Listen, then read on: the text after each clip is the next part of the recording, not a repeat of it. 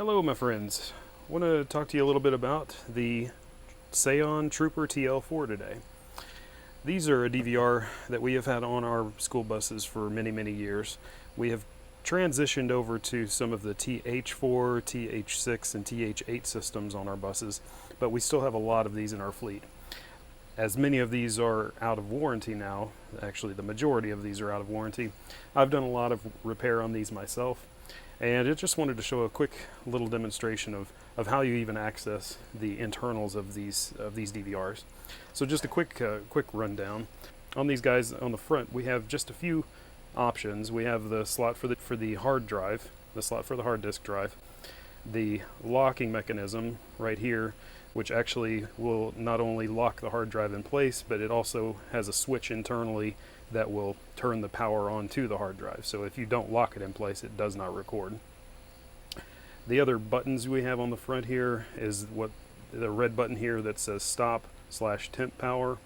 That basically is exactly what it sounds like. If the DVR is recording and you want to momentarily stop the recording, you just click the button one time and it will stop the recording. It will actually go from the status. If you were to have a monitor hooked up to it, it would go from record to a status of live.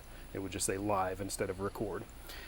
The one-touch button here is not really used for us. I've read into it a little bit before. I think it was something to do with being able to hook up a USB flash drive to the unit so that you can directly record to that flash drive without having to go through some of the other functions where you pull the hard drive out and connect it to a laptop or a computer, but I'm not 100% sure on that.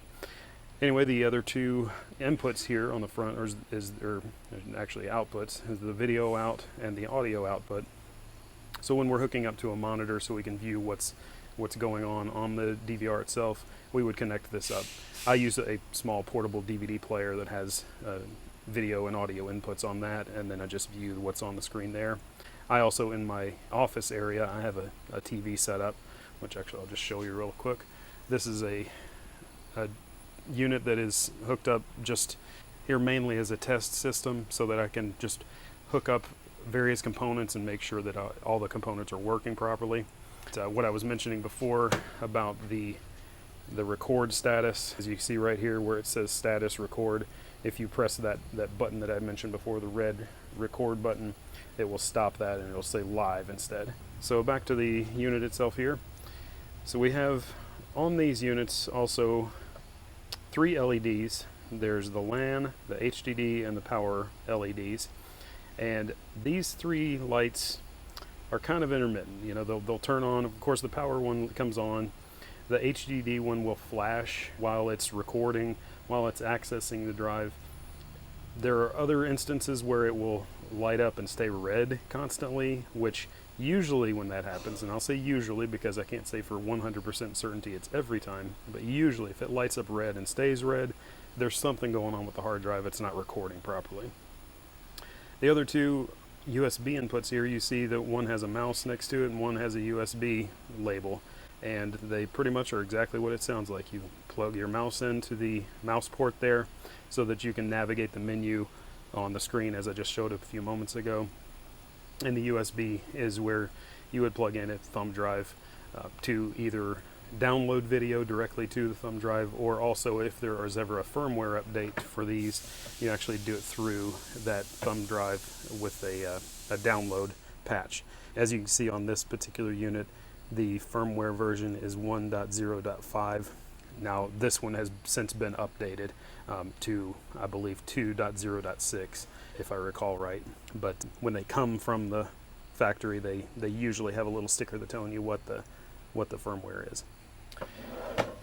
So around back, we have just a few things on here, the connections that we can kind of discuss.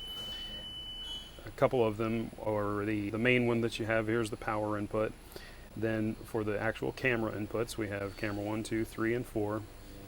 The other ones that we specifically use is the signal port and then the GPS. The signal port is where you would plug in a harness, and it has different connections that lead into the electrical panel of the bus, where it has connections to the turn signals, the brakes, the stop arm, as well as the warning lights. That's what we use the signals for, as well as the GPS. Again, just what it sounds like. There's a small GPS module that connects in to this port here via an extension cable, but then the GPS module itself will connect to a magnetic surface, and that's what actually will keep the location of the DVR when it will record that into the video and it will be embedded in the video. It will also keep the time accurate on the DVR. So as it connects to the GPS signal, it updates that time basically continuously. As long as it has signal to the GPS, then it will update the time, which is very convenient also to make sure the time is accurate on the DVR.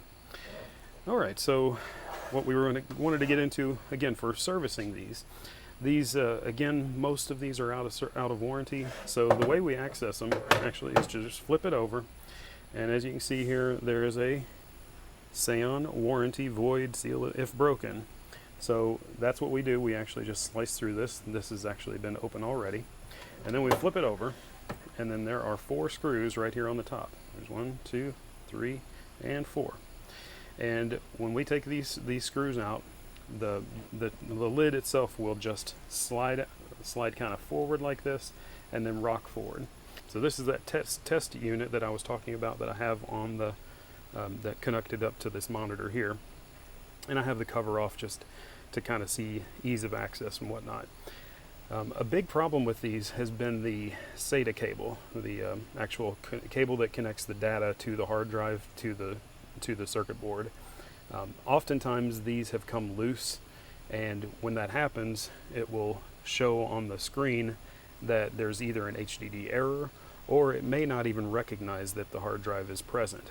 So again, on our screen here, when we look right here where it says, it cuts off part of it, but where it says D size there, 320 GB, that means it's a 320 gigabyte hard drive.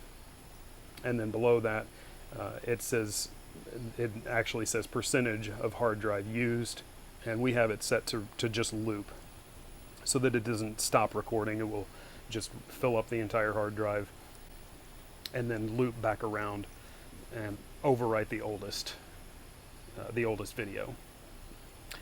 If these cables have come loose during driving the bus around or just jostling in general, sometimes they'll come loose and we'll get where it says hard drive size, it will just be blank and won't show that there's a hard drive installed on the unit at all. So occasionally what we've had to do is again take that cover off, and then now I do this when the unit is powered off and not connected to any power at all. But basically we'll just unseat the SATA cable right here, and then unseat the SATA cable here, and then reconnect both of those, both on the board and on the back of the connector for the hard drive, and then turn the unit back on and see if that has resolved the issue. Many times it has. Many times that's just what we have to do. The cord has come loose, unseating it, reseating it, and the DVR starts working again, starts recording, recognizing the hard drive, and we're all set to go. So that's just a little brief overview of some of the things to know about the Seon Trooper TL4. So if you have any questions, please let me know. I've been working on these things for many years. I'm certainly not an expert. I have a lot of experience with them. So if you have any questions about the units or servicing them, I'd be glad to answer them if I can. I hope you have a wonderful day, and I appreciate you watching.